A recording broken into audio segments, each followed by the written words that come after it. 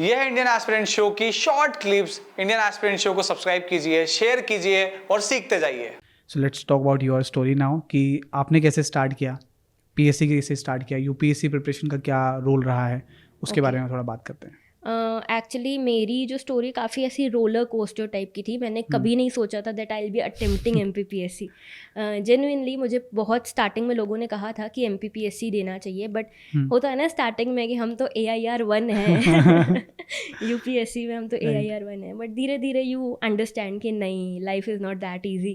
तो मैंने स्टार्टिंग में कभी सोचा नहीं था UPSC का, सिविल सर्विसेज के बारे में ज़्यादा कुछ नहीं पता था। Since I come from a Sindhi community, मेरे सारी जो family community that is a business community, तो उतना ज़्यादा अवेयरनेस नहीं था करियर ऑप्शंस को लेकर।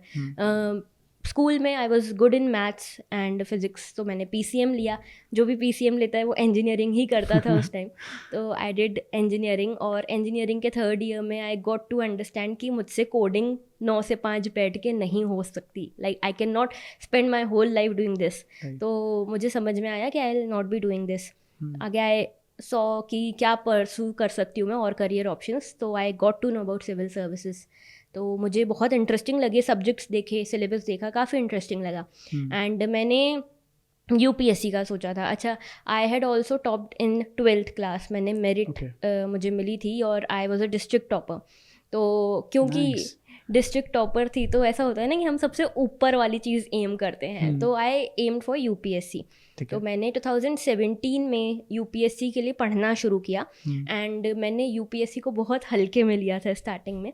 मैंने पहला अटेम्प्ट 4-5 महीने पढ़ने के बाद दिया था, और जब मैंने पहला अटेम्प्ट दिया UPSC का तो मुझे एक रियलिटी चेक मिला। तो आई could not even solve 50+ questions in UPSC's main prelims exam.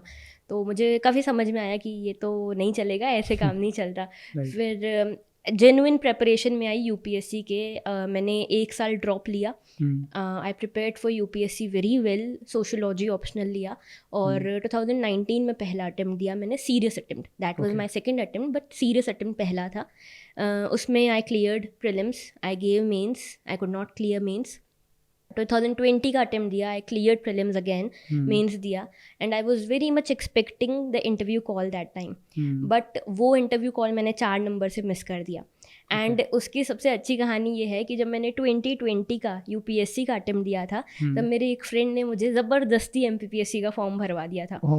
अब MPPSC का तो हमें पता ही है, 19 में फॉर्म भरा, 20 में प्रीलिम्स हुआ, एंड सो ऑन। अभी 2024 आ गया है, तो उसका प्रीलिम्स UPSC की तैयारी से निकल गया। क्योंकि आपको याद होगा 2019 और 20 का जो प्रीलिम्स था MPPSC का, that was very much on that UPSC approach, काफ़ी एनालिटिकल आया था। तो इसीलिए मेरा वो वाला प्रीलिम्स निकल गया था।